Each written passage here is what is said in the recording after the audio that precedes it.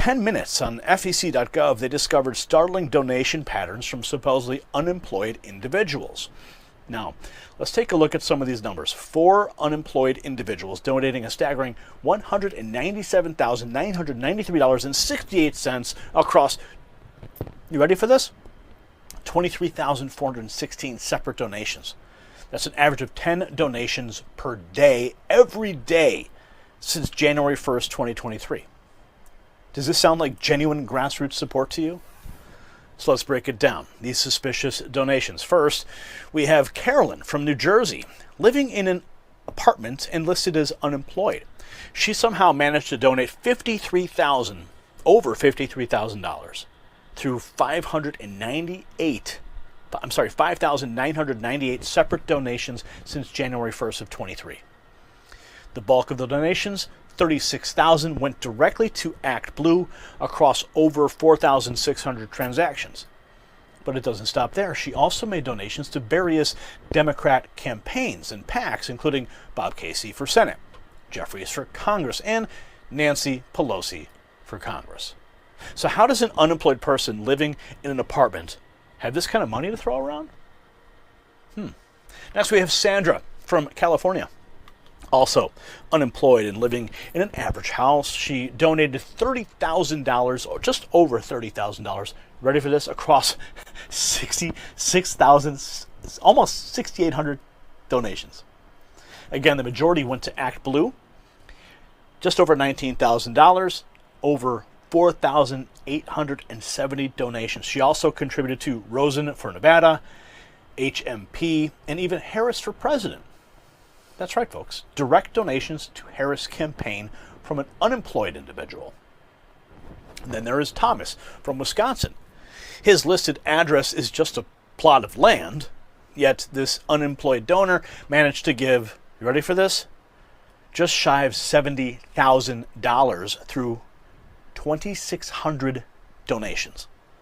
A whopping almost 35,000 went to Act Blue in 1,600 separate transactions.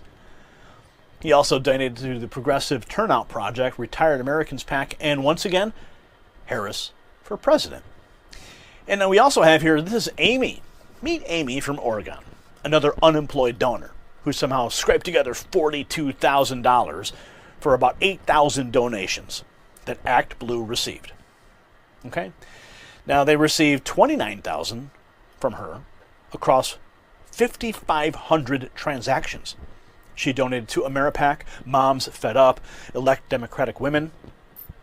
Now, my friends, these patterns are not just suspicious, they are downright alarming.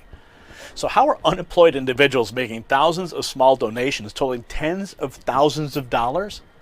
And why are they spreading these donations across multiple Democrat campaigns and PACs? But it gets worse. Tony Saruga, another investigator, he found over 400,000 new Act Blue accounts created in just 30 days. Now take a look at some of the emails that were sent by the Harris campaign. They're practically begging for $1, $2, $3 donations, but there's a twist that reveals just how deep the rabbit hole goes. You ready? In this email, you can see right here, they're pushing hard for a measly $3 donation. They claim it could guarantee Joe and Kamala are reelected and prevent Donald Trump from becoming president again. Yeah. Well, here's another one. This time, they are down to asking for just $1. $1. They're using scare tactics, mentioning Trump's far-right billionaire donors and a supposed $50 million donation to Trump's super PAC. It's clear fear-mongering 101.